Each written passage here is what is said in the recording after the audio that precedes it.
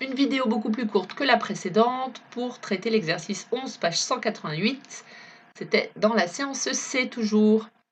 Alors vous avez ici les questions de l'exercice, c'était sur le cycle de vie du moustique, vous deviez aller voir une très belle vidéo, j'espère qu'elle vous a plu. Et là on va simplement répondre rapidos aux questions. Alors, nommez l'événement qui permet le passage de la larve à l'adulte. Donc on a des œufs de moustique, puis après on a des larves de moustique, puis après on a un adulte qui sort enfin après on a des nymphes, puis un adulte qui sort là. Alors j'ai mis quoi? L'événement qui permet le passage du stade larvaire au stade adulte et la métamorphose, ça c'est ce qu'on a appris dans le cours juste avant. La métamorphose qui se termine par l'émergence de l'adulte. Il y a des élèves qui m'ont dit que l'événement qui permet le passage de la larve à l'adulte, c'est l'émergence, mais en fait l'émergence c'est vraiment quelque chose qui dure quelques minutes, alors que la transformation de la larve à l'adulte, ça dure, je sais pas, ça peut être plusieurs jours, selon la température, ça varie.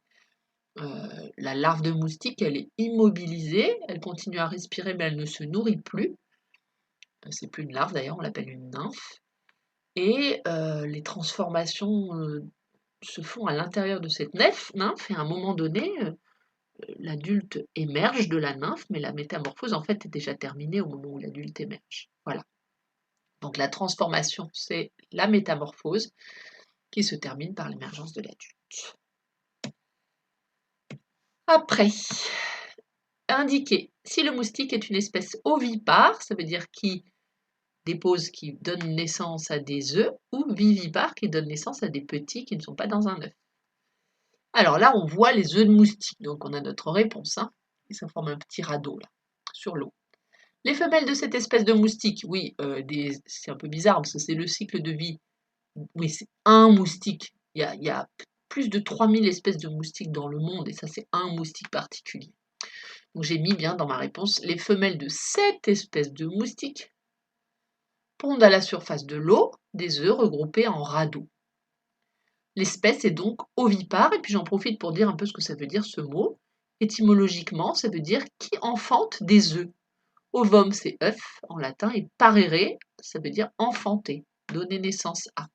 Donc ovipare, qui donne naissance, du coup on n'appelle pas ça une naissance, on appelle une ponte, mais qui donne naissance à des œufs. Voilà. Et troisième question, expliquez pourquoi on trouve surtout des moustiques dans les régions humides. Ben oui, évidemment, les moustiques sont particulièrement abondants dans les régions humides car la plupart des espèces de moustiques ont un stade larvaire aquatique. Et donc ça veut dire que le moustique qui vous pique, il vous pique pas très loin de l'endroit où il a émergé. Donc forcément à un endroit où il y a de l'eau qui stagne suffisamment longtemps pour que la larve ait le temps de se développer. Hein, donc, dans les pays où il y a des maladies associées à la présence de moustiques, d'ailleurs dans ces pays, la France en fait partie maintenant, hein, puisqu'on a des moustiques tigres, notamment dans le sud de la France, et je me demande s'ils n'ont pas même atteint notre région maintenant, qui, voilà, qui peuvent transmettre des maladies. Eh bien, on recommande de ne pas laisser des petits pots avec de l'eau dans les jardins, etc., pour que les moustiques ne puissent pas boucler leur cycle de vie. Il faut vider les petites coupelles sous les pots de fleurs, tout ça, il ne faut pas laisser stagner de l'eau.